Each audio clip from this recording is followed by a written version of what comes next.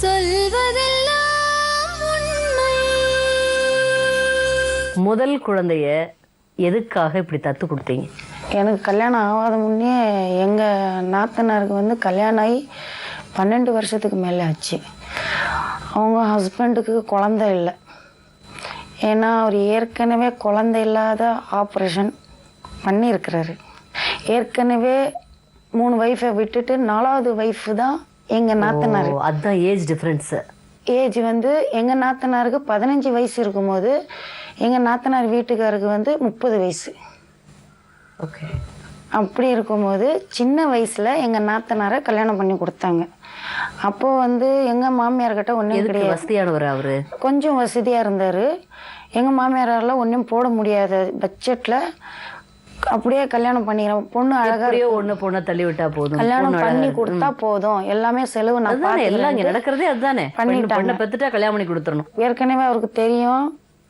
அவரு கொஞ்சம் அப்படி இப்படி இருந்தவர். ஆனால் மனசு ரொம்ப நல்ல மனசு அந்த மனுஷனுக்கு. யாருக்குமே எந்த ஒரு கை விரல் வச்சால அந்த பெண்ணுக்கு என்ன தேவையானதோ எல்லாமே செய்வார். எந்த பெண்ணு கண்ணால தண்ணி வர்றது அவர் பார்க்க மாட்டார். என் நாத்தனார் கல்யாணம் ஆகிட்ட பிறகு எனக்கு 12 வருஷத்துக்கு அப்புறம் எனக்கு கல்யாணம் ஆச்சு.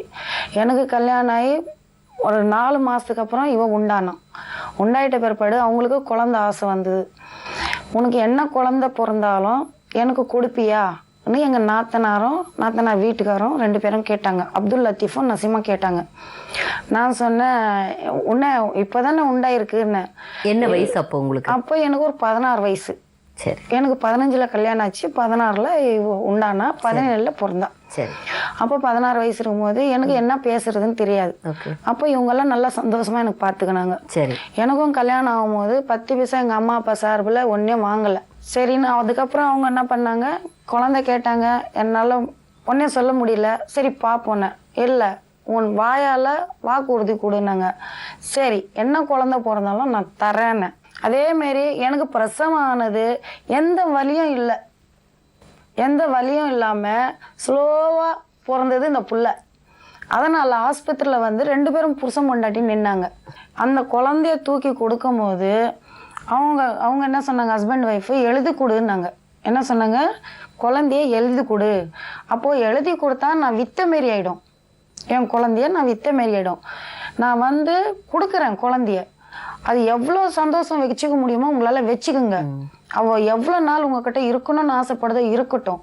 நான் வந்து துப்புனை எச்ச நக்க மாட்டேன். இன்னொரு வாட்டி உங்கள் வீட்டு தேடி நான் வரமாட்டேன். என் புள்ளைய பற்றி என்னன்னு கேட்க மாட்டேன். சப்போஸ் நான் சாவறதுக்குள்ளே என் பொண்ணு என் வீட்டுக்கு வந்துட்டா, பிரச்சனைன்னு வந்துருச்சுன்னா, ஆனால் நான் பின்ன என் பொண்ணை விட மாட்டேன். அதுக்கு சந்திக்க நீங்கள் ரெடியாக இருங்கன்னு. அந்த வயசுலேயே அவ்வளோ தூரம் பேசினேன். எங்கள் மாமா கிட்ட சவால் விட்டேன். ஆனால் அவர் இருக்கிற வரைக்கும் என்னை அந்த வாசலில் வர விடவோ எதுவும் அவர் சொல்லலை. என்னை எங்கேயும் பார்த்தாலும் பேசாமல் இருக்க மாட்டார். என்ன தான் அவர் போட்டி போடுவார். நான் வந்து அவரை பார்த்து சலாம் போடணுன்னுவார். நான் வந்து அவரு எனக்கு சலாம் போடணுன்னு ஆசைப்படுவேன். ஏன்னு கேட்டால், நான் குழந்தை பேத்து கொடுத்தேன், 10 பைசா எதிர்பார்க்கல மேடம். அவர் என்கிட்ட சொன்னார், பேங்க்கில் பணம் போடுறேன், நகை நட்டு வாங்கி தரேன், உனக்கு என்ன வேணும் கேளு, உன் பிள்ளைய எழுதி கொடுனாரு. நான் எழுதியும் கொடுக்க மாட்டேன், உங்கள் கையில் நான் 10 பைசா வாங்க மாட்டேன்.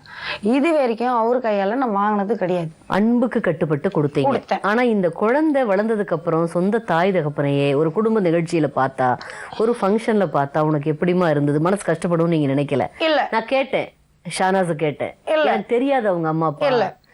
அது எப்படி உங்களால மேனேஜ் பண்ண முடிஞ்சது அவங்கனால? ஏன்னா நான் அந்த ஏரியால இல்ல. நானும் எங்க வீட்டுக்காரர்கிட்ட டைவர்ஸ் வாங்கிட்டேன். ஒரு சின்ன பிரச்சனை இல்ல. அப்படியா? அவரு வந்து குடிப்பாரு.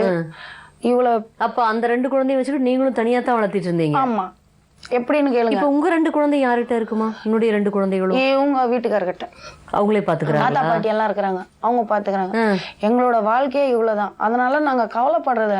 ஓ, நீங்க உங்க அம்மா கிட்ட குழந்தைகளை விட்டுட்டு வெளிநாட்டுக்கு போய் வேலை பார்த்தீங்க. போய் 3 வருஷம் உங்களை நம்பி உங்க குழந்தையும் வந்துருச்சு. 3 வருஷம் இருந்து சம்பாரிச்சு ஏதோ என்னால முடிஞ்சது ஒரு ஆட்டோ வாங்கி போட்டேன். இன்னைக்கு டெய்லியும் ஒரு 400 ரூபாய் வருது. அது வச்சு நான் நிம்மதியா காலத்தை ஓட்டின்னு இருக்கிறேன். இன்னைக்கு என் பையன் படிச்சு வேலைக்கு போறான். அவன் டெய்லியும் படிக்க வச்சீங்க? அவன் 8வது தான் படிச்சான்.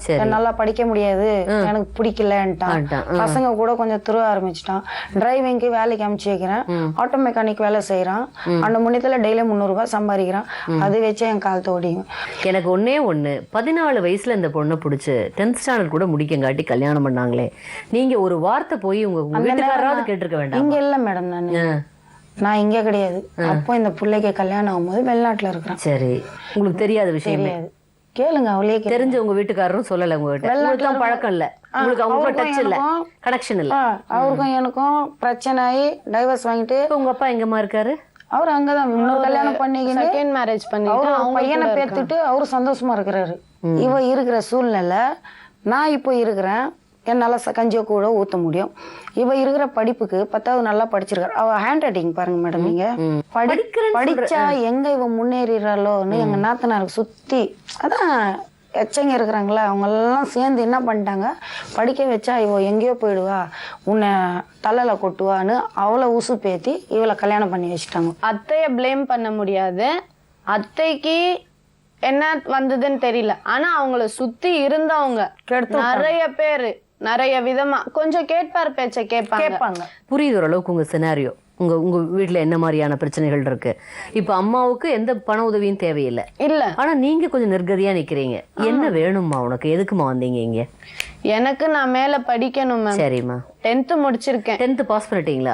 பாஸ் பண்ணிருக்கேன். Very good. அப்புறம் அதுக்கப்புறம் மேல படிக்கணும்னு ஆசை, படிக்க விடல. இப்போ நான் இருக்க சிச்சுவேஷனுக்கு மேல படிப்பு படிச்சு ஏதாவது ஒரு ஜாப் பண்ணியோ இல்ல பிசினஸ் பண்ணியோ நான் என் சொந்த கால்ல நிக்கணும். எவ்வளவு நாள் பாப்பாங்க எங்க அம்மா?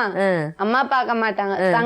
தங்கையும் சான்ஸ் கிடையாது. தம்பியும் சம்பாதிக்கிறான் இல்லன்னு சொல்ல, ஓரளவுக்கு தான் பாப்பாங்க. நான் உயிரோட இருக்கிற இருக்கும் இவங்களுக்கு ஏதாவது செட்டில்மெண்ட் பண்ணிடணும். நான் எப்படி பெத்து கொடுத்தேனோ அதே மாதிரி என் பொண்ணு என் வீட்டுக்கு வந்திருக்கிறான். அது கல்யாணம் பண்ணி டைவர்ஸ் முடிச்சு வந்திருக்கிறா.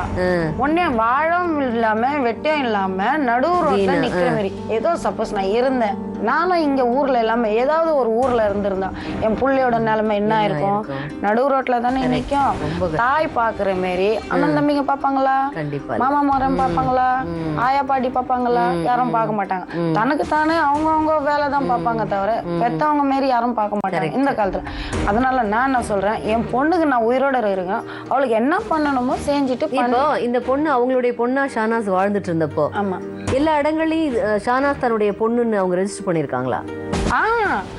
சட்டப்படி எல்லாருக்கும் தெரியும். ஸ்கூல்ல அப்துல் லத்தீப் பேர் இருக்கு. சரி. டிசில, மார்க் ஷீட்ல, ரேஷன் கார்டுல, அப்புறம் என்னது ஹால் டிக்கெட் எல்லாத்துலயுமே சட்டப்படியான மகளா அவங்க பொண்ணாதான். பக்கத்து வீடு விற்கும் போது அந்த வீடு வந்து நசீமாது. சரி. இவளோட கையெழுத்து தேவையில்லை. உங்க பேர்ல இருக்கிற வீடு நீங்க தான் விற்கணும் தவிர இவ சாட்சி கையெழுத்து போட்டிருக்கிறான். அதுக்கு என்ன அவசரம்? அப்புறம் பேங்க்ல ஒரு 8-10 லட்சம் ரூபாய் வர வேண்டியது இருக்கு. சரி. அதுக்கு பணம் தேவைப்பட்டுச்சு, அவங்க எடுக்கணும். அந்த பேங்க்ல இருந்து பணம் எடுக்கணும்னா இவ கையெழுத்து தான் வேணும். அது என்ன தேவை? வந்தாங்களா? வந்தாங்களே. போட்டு கொடுத்தீங்களா? போட்டு கொடுத்தோமே. சொல்வதெல்லாம்